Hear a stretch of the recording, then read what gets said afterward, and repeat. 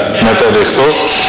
Αναφέρομαι στις τροπολογίες και στις προσθήκες που δέχομαι. Προφανώς είναι ότι σε ό,τι δεν αναφέρομαι δεν το δέχομαι.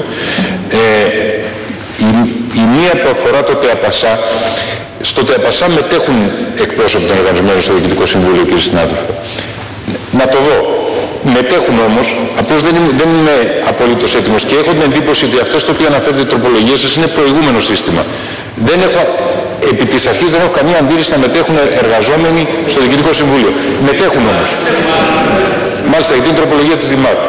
Αλλά μετέχουν όμως, νομίζω, να το δω. Το άλλο θέμα στο οποίο επίσης θα είχα όλη την καλή διάθεση να το δεχτώ,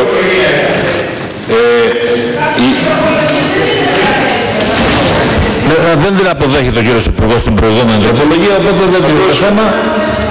Αυτή είναι η 1212 πάντως που αναφέρθηκα προηγουμένως για το ΤΕΑΠΑΣΑ και η 1197, στην οποία υπάρχει το εξής θέμα.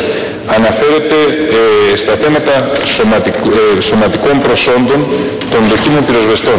Εδώ πάλι η διατύπωση σας είναι ορθότατη. Με μια διαφορά. Υπάρχει εκκρεμής υπόθεση ενώπιον του Συμβούλου της Επικρατείας.